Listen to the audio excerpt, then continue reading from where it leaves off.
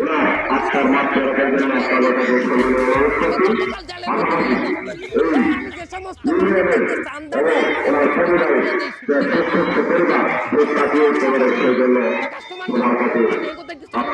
আমার গ্রাহক না।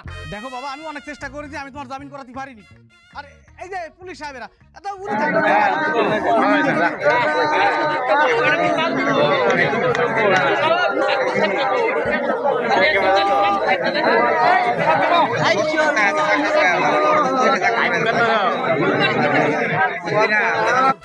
কাউন্সিলিং দরকার।